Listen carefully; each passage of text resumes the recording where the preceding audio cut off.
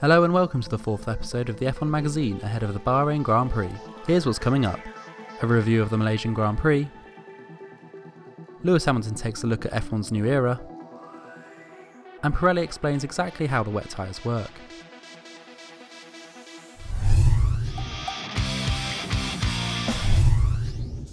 Mercedes' strong form continued once again in Malaysia, with Lewis Hamilton taking pole position on Saturday ahead of Red Bull's Sebastian Vettel, before going on to dominate the race. The British driver led from start to finish, opening up a healthy lead after just a few laps to escape the clutches of teammate Nico Rosberg, who came under pressure from Vettel all race long. Whilst Vettel lost out to both Rosberg and teammate Daniel Ricciardo at the start, he managed to pull back one of those places to secure his first podium finish of the season after a retirement in Australia. Ferrari's Fernando Alonso came fourth yet again after passing Nico Hülkenberg during the closing laps of the race. Further back, Jenson Button led a Williams 7 and 8th, with Felipe Massa coming out on top, despite his team requesting he let Valtteri Bottas past, which will likely create some friction between the pair. Romain Grosjean completed Lotus's first race distance and narrowly missed out on the team's first points after coming a disappointing 11th. He finished just ahead of Kimi Raikkonen, whose race was ruined early on when he and Kevin Magnussen came together, puncturing the Finn's tyre. What's certain is that Daniel Ricciardo's luck is still playing games with the Australian. After a disqualification from second in Melbourne, he retired in Malaysia after his team failed to secure all four wheels. His front wing then failed and he was given a 10-second stop-go penalty. If that wasn't enough, the race stewards also handed down a 10-place grid drop for Bahrain. At present though, the ball is certainly in Mercedes' court, and it looks like Red Bull might be the only team capable of turning that around.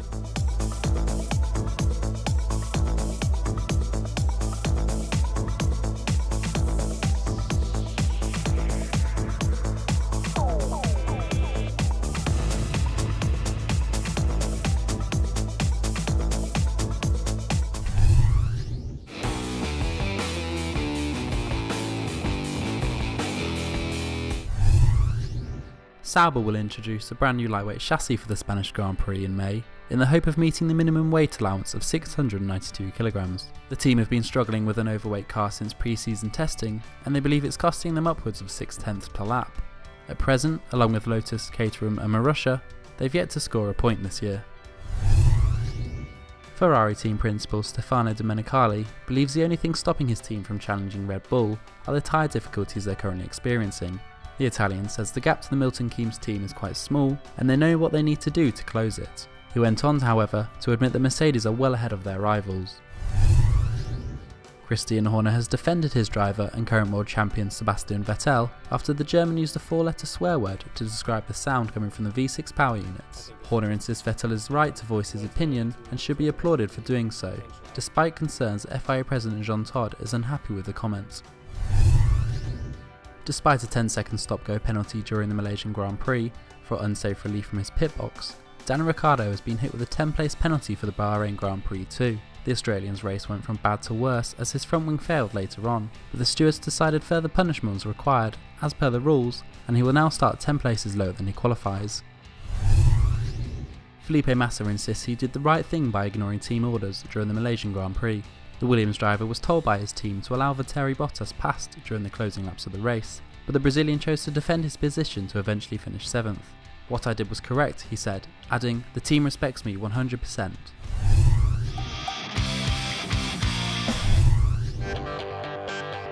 Ahead of the Malaysian Grand Prix, Mercedes driver Lewis Hamilton took the opportunity to explore what the recent changes mean for Formula 1.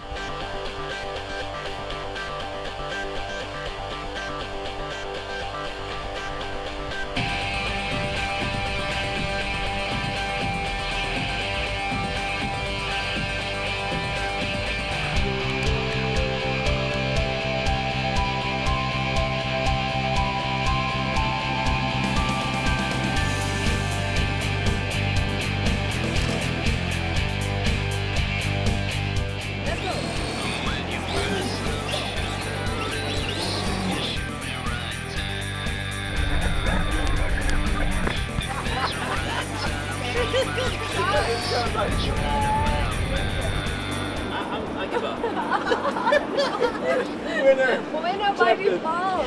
Get you out of my hemisphere.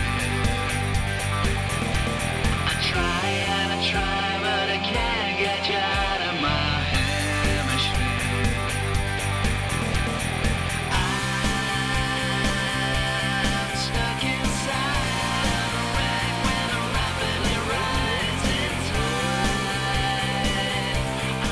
new era, man, and it's just, for me, at the end of the day, for me, it's just exciting because I'm going even faster, so the power's still spectacular, the car's still Formula 1 car, but yeah, I mean, naturally, without that roar, without that tone that they used to have, it was cool, you know, when they started the car up, I just wasn't expecting the roar. I don't know, I've been driving it for ages, but it was so aggressive. It was such a beast. And then when as soon as you touch the throttle, the blip, the spike in RPM, it's so violent, you know, it's which I love. So I missed it for a short period. When I first went to a Grand Prix race in 1996, that was what like really grabbed me. When I was at Spa, and the cars came past out of turn one, which is turn one now, and I tell you, it vibrated in my chest, and I felt it in my heart. It nearly blew my eardrums. Oh, geez. I'm good. You're a bit dodgy on the bike, yeah, huh? Me, have you ever ridden a bike before? Not for a while. It's gonna be, hey, dude. Hey, yo. Hey. Excuse me, my friend. Dude's right behind me, man. Talking on the phone. So this dude's been pushing you the whole time. You haven't even really been cycling. You haven't even really been pedaling. The secret's out. That's the secret's out, man. I didn't even know. Don't you had Ted. me fooled. Don't tell Ted it'll be. Yeah.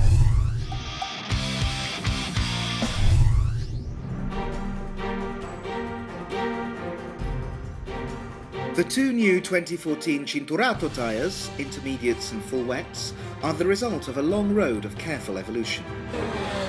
These two wet weather tyres, which have been specifically designed for the new breed of turbocharged cars, improve water evacuation and grip on a wet surface, working in the most efficient way with the much more demanding power curve this year. The rear full wets have been completely redesigned. The tread pattern with 35 channels, which was used up until last year, has now been replaced. The new 2014 layout for the wets has been optimised with no fewer than 48 channels. Smaller blocks and grooves that are closer together provide better dispersal of water and increase the dry contact patch between the tyre and the track surface. This means that the Cinturato Blue Full Wet can help to prevent the aquaplaning phenomenon even more effectively. The Cinturato Green Intermediate tyres have also been improved, designed to work in water up to a depth of 2 mm. The tried and trusted tread pattern and depth of the grooves is unaltered this year, with the intermediate providing good grip on a damp surface and controlling aquaplaning under optimal usage conditions by maintaining a consistent contact patch with the track. The new compounds for both tyres are designed to provide a wider working range. Stretching the usage window will now allow teams to use the intermediate even on a damp or drying track instead of a slick, improving safety. The increased working range guarantees drivers better grip, traction and road holding even in variable weather conditions, as well as during critical moments in a race.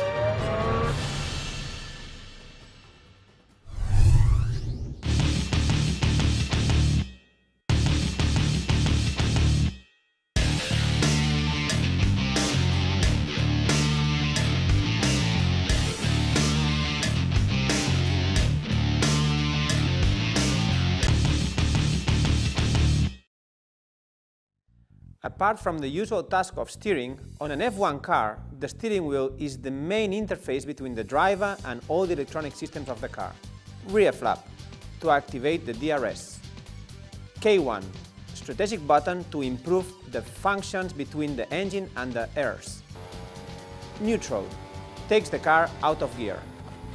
Speed limiter, limits speed to 80 km/h. Divin, differential, adjust the independent rotation of wheels and traction in corners. Brake balance, distributes the pressure between the front and the rear brakes.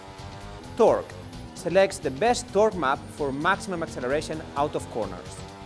State of charge, manages the condition of the battery pack in terms of charging and discharging. Multifunction, similar to a menu to select various strategies linked to engine management, air systems and brake balance. Strat, strategic management of the electronic motors to adjust the application of power. Fuel, strategic management of fuel to adjust consumption and performance. Radio, to speak with the race engineer. K2, similar to K1, a quick change button linked to air's use. Detonation, button for quick change on engine strategy. +10 and -10 to select an option available on the multifunction. OK, confirm message received to foam or pits. Pump, engine oil pump. RF, recovery button for RF. BP OK, used to auto-select the bite point on the clutch. Burnout, lower limit to allow for wheel spin. Start, select torque map for start and pit stop.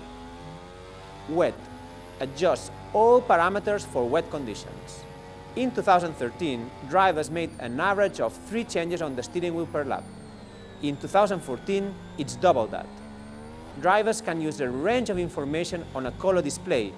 The gear changes are made from the steering wheel. There are 8 forward gears and 1 reverse. Around 8 steering wheels are made per year, and each driver has a personalized version with the buttons in different places. It is made out of carbon and weighs around 1.5 kilos.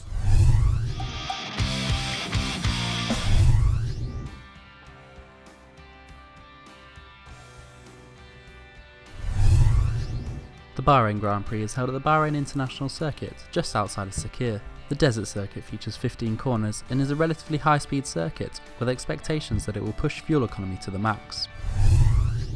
Hi, I'm Lewis Hamilton. Join me for a lap in the simulator at the Bahrain International Circuit.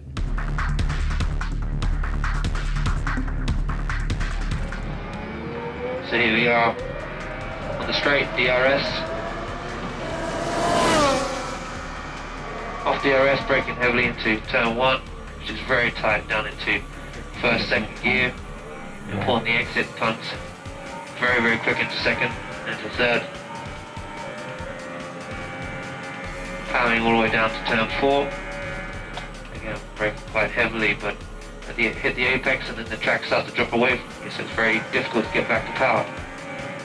My best memory in Bahrain was in 2004 in Formula 3, and in the first race I think I came from 22nd to 10th, and in the second race 10th to 1st. One of the most exciting races of my career. Again, uphill, down 9 and 10, it's quite tricky. Very easy to lock up, gets tighter and tighter as you go down. Exit's important, onto DRS. The Bahrain Grand Prix is one of the hottest and most demanding races of the year. Petronas Syntium engine oil is formulated with a thinner synthetic base oil, which helps keep the engine cool and boost performance. Just quite a quick flowing corner. On the hill into 12, try and take flat out, brake into 13. It's a very late apex, really important to get on the power. Usually the tyres are quite hot by then. Fly out down into turn 14. Hit the apex at 15. Again, really nice long straight afterwards, so important to get the exit and back onto DRS. Perfect place for overtaking. That's a lap of Bahrain. So that's it from me. Please keep your fingers crossed for our race on Sunday.